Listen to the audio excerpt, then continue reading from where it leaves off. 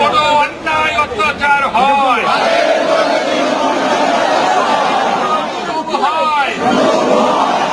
আমাদের যে সমস্ত কর্মী বাহিনী আছে, নেতৃবৃন্দ আছে,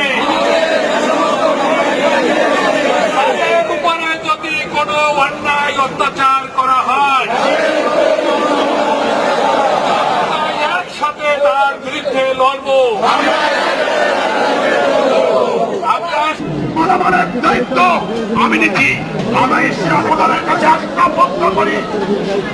মাননীয় প্রশাসন, আপনার কোথায় আমার ওই দিনকেই বঙ্গবন্ধু শেখ মুজিবুর রহমানের বাড়িতে জবাব দেওয়া হয়েছে। ওই দিনকেই গণভবন লুটপাট করা হয়েছে। ওই দিনকেই জাতীয় সংসদ ভবন, যেখানে আমাদের পবিত্র স্থান লুটপাট করা হয়েছে। আজকে আপনারা সারা টুঙ্গিপাড়াবাসী, সমস্ত টুঙ্গিপাড়া থেকে যারা এসেছেন, আমরা টুঙ্গিপাড়া উপজেলা আওয়ামী লীগের পক্ষ থেকে সবাইকে জানাই আন্তরিক অভিনন্দন ও শুভেচ্ছা।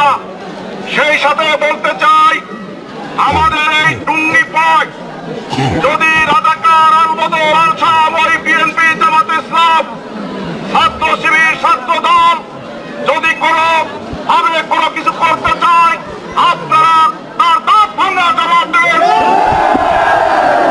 আমাদের আওয়ামী লীগের নেতাদের বাড়িঘর জ্বালিয়ে পুড়িয়ে দেওয়া হচ্ছে, তাদের বাড়িতে অগ্নিসংযোগ করছে এবং ডাকাতি করছে। এটা কি কোঠা আন্দোলন ছিল?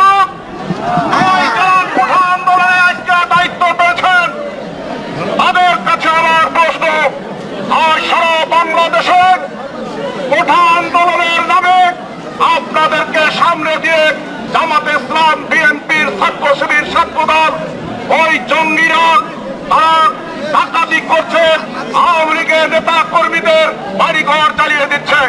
এবং আপনারা জানেন, মুক্তিযুদ্ধের স্তম্ভ জাতির পিতা বঙ্গবন্ধু শেখ মুজিবুর রহমানের সেই 32 নম্বর বাড়ি, যে বাড়ির লাল সবুজের পতাকায় ঘেরা বঙ্গবন্ধুকে যেখানে হত্যা করা হয়েছিল, সেই বাড়িতেও অগ্নি সংযোগ করা হয়েছে।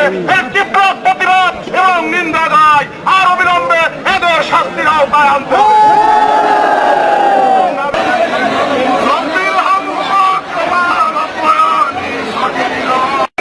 সম্পর্কে হত্যা করেছিল 1975 সালের, আর 2004 সালে 21 আগস্ট আমাদের শেখ হাসিনাকে 21 আগস্ট হত্যা করার জন্য বিভিন্নভাবে ষড়যন্ত্র করছিল, এদের প্রমাণ মেলেছিল।